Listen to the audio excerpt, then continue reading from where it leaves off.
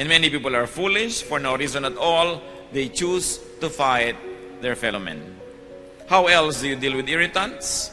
Siyempre naman, pray for them.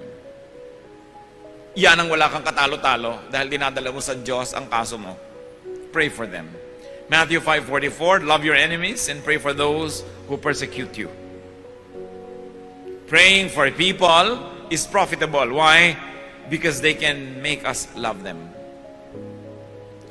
Pag lagi mong ipinagpe-pray ang isang tao, layo yung taong kang inis ka, galit ka, mapapansin mo kapatid, nawabawasan na yung galit mo at mamaya nagkakaroon ka na ng simpatya na mamahal mo na yung tao. The quickest way to love somebody is to pray for them. But it's no guarantee that they will love you back. Okay? Pero yung ikaw mismo nagbubukas yung isip mo sa kanya, pray for them. And even if you don't fall in love with your enemy or your irritant, praying for people can give us relief.